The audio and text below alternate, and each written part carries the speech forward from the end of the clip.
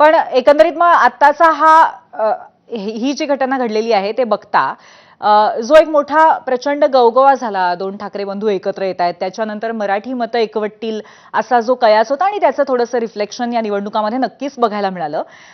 या सगळ्याचं पुढे काय होणार? म्हणजे इथे कुठेतरी जो अपेक्षाभंग मराठी मतदारांचा आहे तोही होतोय आणि मनं दुखावली जात आहेत, असं तुम्हाला नाही का वाटत?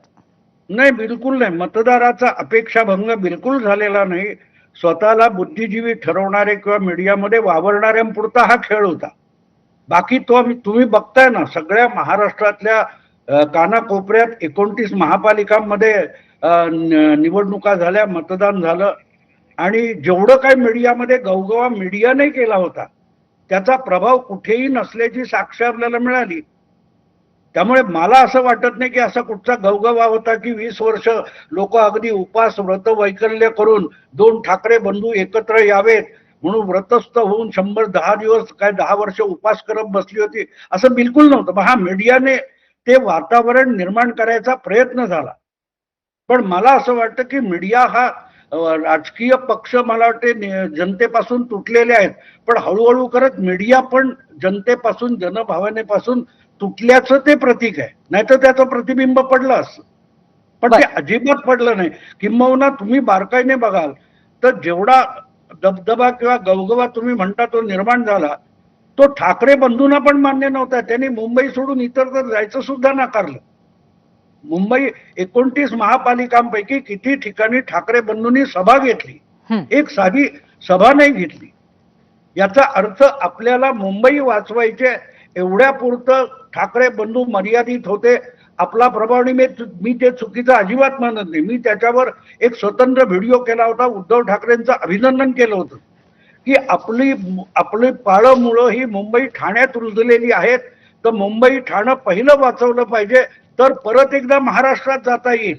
हे ओळखून जर ठाकरे बंधू हे मुंबई पुरते मर्यादित राहिले असतील तर ते चांगलं आहे, हे मी त्यांचं अभिनंदन केलं होतं. आणि त्यामध्ये मी एक साफ उदाहरण दिलं होतं की ज्या वेळेला 2017च्या गुजरातच्या विधानसभा निवडणुका होत्या तेव्हा गुजरातमध्ये आपल्या पक्षाची पाळंमुळं हल्लेली आहेत हे ओळखून नरेंद्र मोदी पंतप्रधान होते, तरीही त्यांनी 27 सभा गुजरातमध्ये घेतल्या होत्या. पण भाऊ, तुम्ही असं म्हणताय की तुम्ही सुद्धा कुठेतरी अभिनंदन केलेलं होतं, मग याच्यामध्ये तुमचा अपेक्षाभंग नाही का झालेला जे काही घडलं ते? नाही, माझा अपेक्षाभंग तिथे झाला की रोजच्या रोज सभा म्हणजे पत्रकार परिषद असते, हा जो समर ठाकरे बंधूंनी करून घेतला तिथे माझा अपेक्षाभंग झाला. मला वाटलं होतं की रान उठवतील. मी अगदी 1968 सालच्या बाळासाहेबांच्या सभा बघितलेल्या आहेत. ज्या पहिली महापालिका निवडणूक त्यांनी लढवली तेव्हा मी त्या सभा बघितलेल्या आहेत. बाळासाहेबांनी अक्षरशः रान उठवलं होतं. आणि शिवसेना हा पहिला भारतीय इतिहासातला पक्ष आहे की ज्या पक्षाने आपल्या प्रचाराचं गीत रेकॉर्ड बनवून प्रत्येक गल्ली बोळात वाजवलं होतं. आभाळ आकाश फाटले, शिवायला दोरा मिळायचा नाही, माझ्या लक्षात अजून ते गाणं आहे. किंवा विजयश्रीची माळ कुणाला उगाच का हा करता वाद, ठाई ठाई एक घोष शिवसेना जिंदाबाद, हे शरद मोठे शाहीर होते मला वाटतं. आणि श्रीकांत ठाकरेंनी दिलेलं संगीत होतं. एकापेक्षा एक प्रयोग शिवसेनेने केलेले. ती शिवसेना आज नाहीये, ही बाळासाहेबांची शिवसेना नाहीये, ही उद्धव ठाकरेंची शिवसेना आहे. पण भाऊ, मग काय नक्की कमी पडलं? कुठेतरी आत्मविश्वासाचा एकंदरीत परिस्थितीवरती असलेला अभाव का कुठेतरी इच्छाशक्तीचाच अभाव? दोन ठाकरे बंधू एकत्र झाल्यावरती सुद्धा त्यांनी का नाही रान पेटवलं, असं तुम्हाला काय वाटतं त्याबद्दल?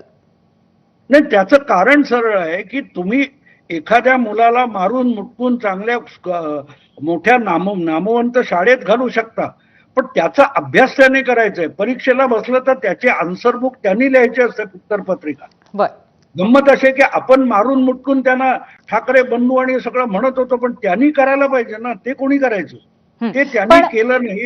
याच्यासाठी माझा अपेक्षाभंग अजिबात झालेला नाही. तसं नाही. आता जे एकंदरीत जे मनसेने पाऊल उचललेलं आहे ते बघता याच्यामध्ये कुठेतरी कचरत होतं का, एखादा पक्ष किंवा समन्वय नव्हता का, असाही प्रश्न आता हळूहळू पडायला लागलेत. म्हणून मी तुम्हाला विचारतेय की नक्की काय कमी पडलं?